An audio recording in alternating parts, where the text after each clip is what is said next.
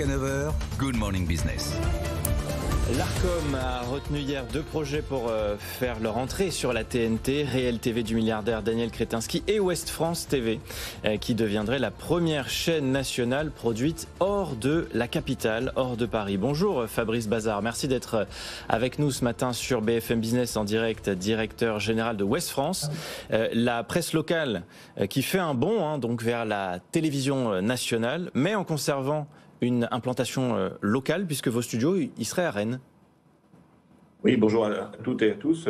Effectivement, les studios seront alors à construire, puisque le projet, bien sûr, est en cours, mais le plateau principal sera situé à Rennes, avec des relais dans d'autres villes, de collègues de la presse régionale ou également à Paris. Alors, vous avez devancé ma question, mais effectivement, tout est à construire, parce que vous partez de rien, en tout cas dans l'audiovisuel, ou quasiment rien chez Ouest France, ce qui veut dire qu'il va falloir faire des investissements quand même pharaoniques, faramineux. La télévision, ça coûte cher. Alors, vous savez, la tête de pont du groupe, c'est une association, donc nous serons évidemment prudents, comme diraient les startups, voire peut-être frugales. Mais en tout cas, oui, il y a des investissements à faire. On a cité le plateau. Et il y a aussi pas mal de technologies nouvelles à implémenter. Et on se donne 1 an pour le faire. Le groupe est solide et on aura également l'accompagnement, bien sûr, d'acteurs financiers, eux aussi, des territoires. 1 an, c'est très court, mais c'est à ce moment-là qu'on vous attend sur la TNT, donc il va falloir réussir à tenir ces délais. Est-ce que vous avez déjà, j'imagine, une idée de combien ça va vous coûter ? Alors, pour l'instant, on a une estimation. L'investissement, il se fera en 2 temps, parce que ce sont aussi des environnements où il faut renouveler les investissements. Il y a de façon régulière de la nouveauté. Et on a prévu un investissement initial de l'ordre de 7 millions d'euros. Vous pouvez aller jusqu'à combien ? Parce que souvent, les budgets de départ ne sont pas toujours respectés. Oui, alors c'est pour ça que je parlais d'une 2e étape. Et on a prévu de pouvoir monter à pas loin d'une dizaine de millions d'euros. Bon, est-ce que tout se fera depuis Rennes ou est-ce que vous allez ouvrir aussi progressivement des bureaux dans d'autres régions ? Parce que couvrir l'actualité nationale depuis Rennes, c'est très ambitieux.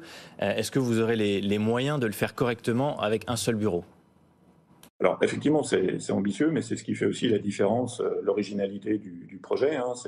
C'est une télévision nationale, généraliste, mais qui part des territoires. Et pour le faire, c'est pour cela que j'évoquais les autres acteurs de la presse régionale. On a prévu de travailler avec des acteurs déjà comme EBRA, comme le groupe Sud-Ouest, comme le groupe La Dépêche, comme le groupe Rossel. Et on travaillera avec eux pour mailler au mieux le territoire, et notamment en faisant des duplex avec leur propre rédaction, leurs propres journalistes.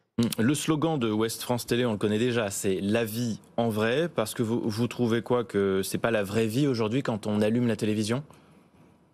Non, mais alors bien sûr, la vraie vie, ça serait un peu prétentieux de penser le contraire vis-à-vis des confrères, en tout cas la plupart. Non, le message que l'on voulait passer, c'est qu'effectivement, c'est une télévision, je l'ai dit, qui part des territoires, mais qui est très incarnée, avec beaucoup d'interactions, de partage, avec des intervenants, mais aussi avec des téléspectateurs. Il y a une place importante dans notre programme au talk, et effectivement la participation de tous les citoyens. Frédéric Bazard, directeur général de Ouest France, on voit que les 2 chaînes sortantes, C8 et Énergie 12, n'ont jamais été rentables. 700 millions d'euros de pertes en 20 ans pour C8, 290 millions d'euros pour Énergie 12.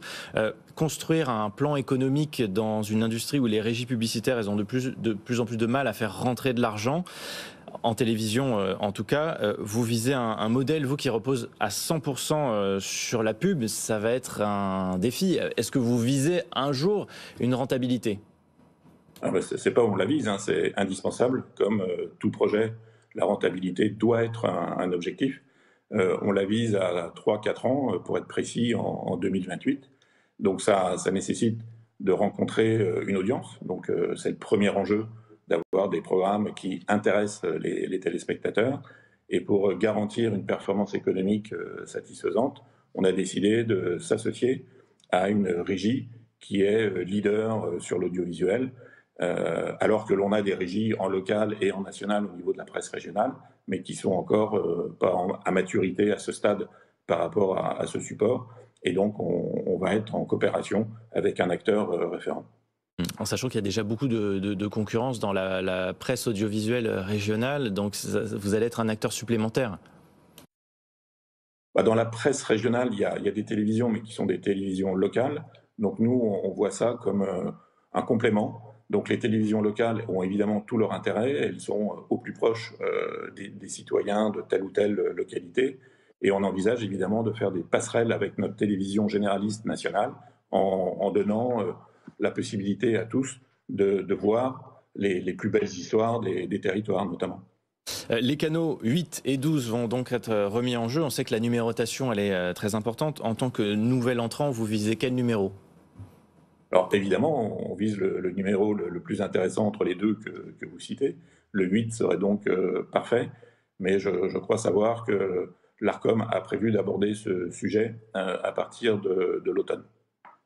Bon, dernière question, mais le projet Ouest France, c'est un projet d'abord papier, bien sûr, web aussi, puisque vous êtes quand même très développé sur le numérique. L'objectif, c'est de devenir désormais, avec cette nouvelle étape, un média global, télévision. Enfin, il manque plus que la radio, finalement. Oui, alors exactement. C'est le point de départ, la vision que l'on avait, c'est que pour toucher tous les publics, il était très important d'avoir tous les supports à disposition. Alors historiquement, on en a deux puissants, que sont le print et le numérique. Et finalement, l'audiovisuel vient compléter, c'est le prolongement des deux premiers. Et probablement qu'on lancera effectivement une radio Ouest France dans les temps qui viennent. Mais à court terme, on a déjà beaucoup de travail avec cette télévision et on en est très heureux d'ailleurs. Merci beaucoup Fabrice Bazard d'avoir réservé votre première réaction sur BFM Business à cette annonce donc de l'Arcom. Je rappelle que vous êtes directeur général de Ouest France. Il est 7h18 sur BFM Business.